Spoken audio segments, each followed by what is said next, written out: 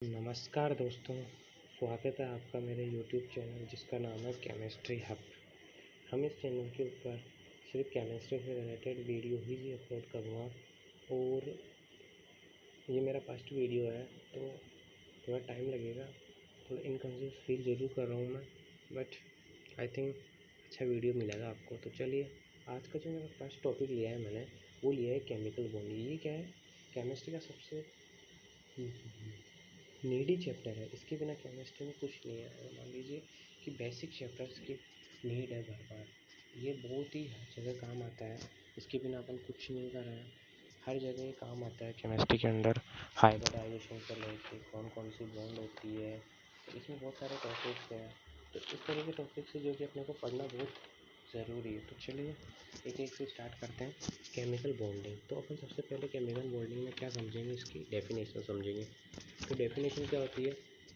तो अगर एक बार रीडिंग मारते हैं अपन डेफिनेशन की, तो क्या कहता है कि जब force of attractions which hold atoms और ions together in a molecules is called chemical bond. कोई भी एटम आयंस अगर जब मिलते हैं, एटम और आयंस अगर आयन आयन मिलेंगे तो बॉन्ड बनता है, एटम्स एटम्स मिलेंगे तो बॉन्ड बनता है, मॉलिक्यूल्स मॉलिक्यूल्स मिलेंगे तो क्या बॉन्ड बनेगी, तो बॉन्ड बनाता है। तो इस तरह की जो बॉन्ड बनती है उसी को केमिकल बॉन्ड बनाते हैं। तो एक चीज़ बताता हूँ आपको कि केमिकल बॉन्ड बनने की ज़रूरत क्या पड़ी है।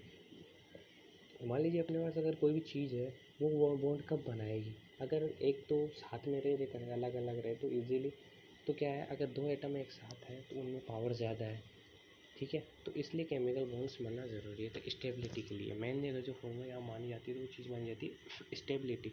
स्टेबिलिटी मेन मानी जाती है।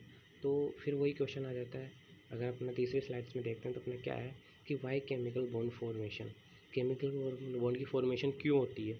तो बहुत रिलेटेड सा है। तो चलिए तो अपन देखते हैं कि केमिकल बॉन्ड की फॉर्मेशन क्यों होती है।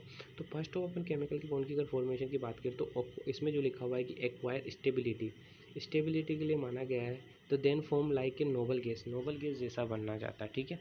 किसकी तरह? नोबल गैस की तरह बनना चाहता है। नोबल गैस क्या होती है? वैसा उनका फुल रहता है, उसको कोई मतलब नहीं किसी से, ना तो वो देते हैं ना लेते हैं। नोबल गैस क्या है? एकदम बिंदास अपने आराम से, उन्हें ना तो किसी की ज़रूरत है ना किसी को कोई मतलब है, अपने आराम से बढ़िया स्टेबल है सबसे। तो यहाँ एक स्टेबिलिटी की बात आती है। तो स्टेबिलिटी को अपन समझते हैं कि स्टेबिलिटी का मतलब क्या है। तो स्टेबिलिटी का अगर आप मतलब समझते हैं तो देखिए स्टेबिलिटी क्या होती है। स्टेबिलिटी क्या करती है अपने को कि अगर सबसे बड़ा अपने को जिसकी एनर्जी अगर कम होगी वो क्या होगा? अगर मान लेते हैं जिसकी एनर्जी अगर कम है, अगर एनर्जी जिसकी कम होती है उसकी स्टेबिलिटी कैसी होगी? वो ज़्यादा स्टेबल होगा। जिसकी एनर्जी कम, स्टेबिलिटी ज़्यादा। क्या होगा? जिसकी एबिलिटी कम, स्टेबल ज़्यादा। ये क्या है ये कि जिसकी एबिलिटी क्या होगी? एक मिनट रुकिए, मैं थोड़ा इसे सही कर देता हूँ। मेरा टूल थोड़ा ऐसे ही है, इसको थोड़ा सही कर देता हूँ मैं। एक मिनट, ब्रश है ये किधर से होता है ये, सब सही बताऊँ आपको फर्स्ट टाइम। हाँ, तो बता रहा था आपको स्टेबिलिटी के लिए। तो स्टेबिलिटी का जो एनर्जी से जो रिलेशन होता है वो कुछ इस तरीके का होगा कि अगर एनर्जी की बात की जाए तो इन्वर्सली प्रोपोर्शनल होती है किसके इन्वर्सली प्रोपोर्शनल होगी? सॉरी, ये कुछ काम नहीं कर रहे थे। आप समझिए स्टेबिलिटी के क्या होगा, जैसे मैं बना देता हूँ, एस बना रहा हूँ, थोड़ा दिक्कत आ रही है इसमें, एक मिनट, ठीक है। स्टेबिलिटी के इन्वर्सली प्रोपोर्शनल होगा, जिसकी एनर्जी कम उसमें जितने ज़्यादा स्टेबल। तो क्या है, कोई चीज़ क्या है जिसकी एनर्जी कम होती है वो उतना स्टेबल होता है। तो चलिए आगे चलता हूँ। नेक्स्ट क्या आता है अपना, इसमें सबसे इम्पोर्टेंट जो दिया गया है, फिर अपने बताया कि केमिकल बॉन्ड्स कितने टाइप की, इसको अपन नेक्स्ट लेक्चर में पढ़ेंगे। उससे पहले अपने बहुत ही मज़ेदार जो है टेक्ट नाम से रूल है जो कि शायद बहुत प्रॉब्लम करता है, लेकिन मैं आपको आज बेसिकली समझाता हूँ। कुछ भी नहीं है इस रूल के अंदर, बहुत ही सिंपल सा रूल है, ठीक है। पहले मुझे भी ऐसा लगता था कि बहुत ये, लेकिन अच्छा ये बहुत इजी रूल है। तो सबसे पहले इसकी डेफिनेशन पढ़ते हैं कि क्या कहता है कि in order to achieve stability an atom can either gain और लूज और share electron so that valence shell contain 8 electrons.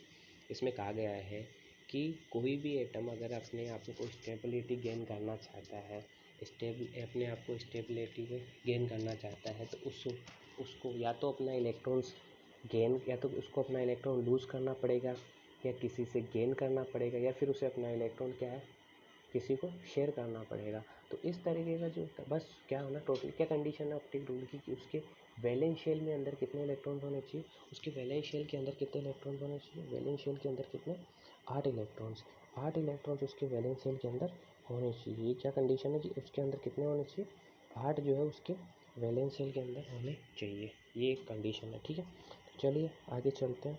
Valence shell के अंदर की बात होगी। अब इसकी क्या है लिमिटेशंस, सबसे इम्पोर्टेंट क्या आता है इसकी लिमिटेशंस, समझ में आ रहा है। लिमिटेशंस क्या है, ये रूल क्या फेल हो गया है, सीधी सी है। ऑक्टेट ने क्या कहा था, ऑक्टेट ने कहा था कि उसके अंदर वैलेंस सेल के अंदर कितने होने चाहिए, 8 इलेक्ट्रॉन चाहिए। लेकिन जैसे जैसे आगे गए बहुत सारे ऐसे अपने को कंपाउंड्स मिले, मतलब मॉलिक्यूल्स मिले जिसके अंदर क्या एटम्स मॉलिक्यूल्स मिले अपने को, जिसके अंदर क्या होता था वो ऑक्टेट रूल को फेल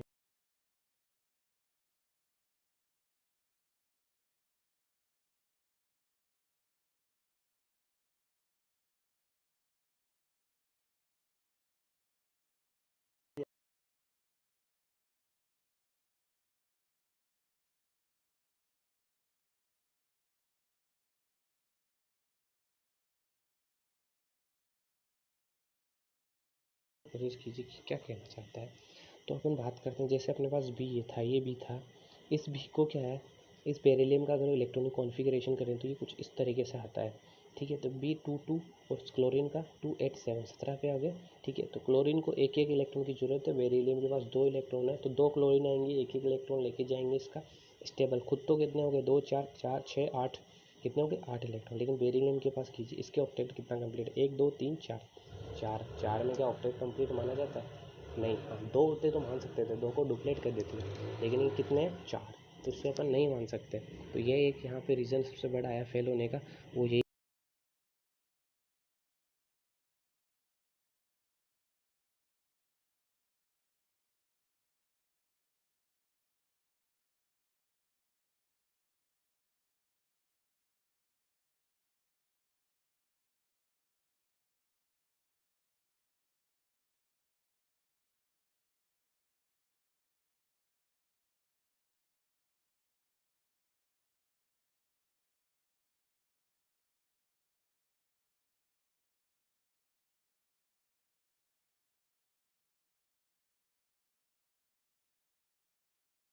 फास्फोरस। फास्फोरस कितना आता है 15 के ऊपर, तो 285 इसका कितना इलेक्ट्रो कॉन्फ़िगरेशन हो गया, और क्लोरीन 17 पे आता है, 287 इसका इलेक्ट्रॉनिक कॉन्फ़िगरेशन हो गया। तो अपन PCl5 की बात करते हैं, तो PCl5 में क्या है, फास्फोरस के पास 5 इलेक्ट्रॉन्स है, और उससे क्या क्लोरीन को क्या पास के क्लोरीन को क्या चाहिए, एक इलेक्ट्रॉन चाहिए। तो पाँचों को एक एक, पाँचों क्लोरीन एक एक इलेक्ट्रॉन शेयर कर लेंगे, तो क्लोरीन्स का भी एक तो कंप्लीट, और इसका फास्फोरस का देखिए फास्फोरस ने कितने कर लिए, एक एक किए, तो 1 2 3 4 5 6 7 8 9 10, 10 हो गए। अभी तो 8 से भी ज़्यादा हो गए, तो दिक्कत आ गई, तो ये भी नहीं कर सकते थे। तो एक मेन रीज़न ये भी था।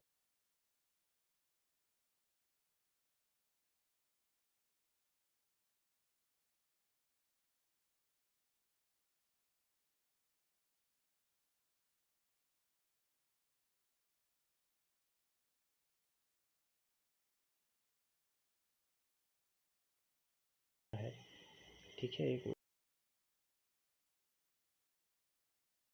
ये क्या बता नहीं पा रहा था, शेप नहीं बताया पा रहे थे उसको, शेप का तो उन्होंने जिक्र ही नहीं किया था। ठीक है गाइस, ये आज मेरा फर्स्ट वीडियो था, आई होप आपको पसंद आया होगा। चलिए मैंने ट्राई किया है, हालांकि मैं कोई प्रोफेसर से नहीं हूँ, कोई टीचिंग में नहीं है, मैं भी एक स्टूडेंट ही हूँ, बट आई थिंक मैंने जितना कोशिश किया है मेरे समझ में आया है। और मैं आपको यकीन मानिए आगे इतने बढ़िया बढ़िया नोट्स प्रोवाइड करवाऊँगा, जितना मेरे टीचर्स ने मुझे अच्छी तरह से समझाया, मैं सब कुछ आपको बताने की कोशिश करूँगा। तो आगे बहुत जल्द वीडियो आएगा, बने रहिए हमारे साथ। थैंक यू, मिलते हैं अगले लेक्चर्स में।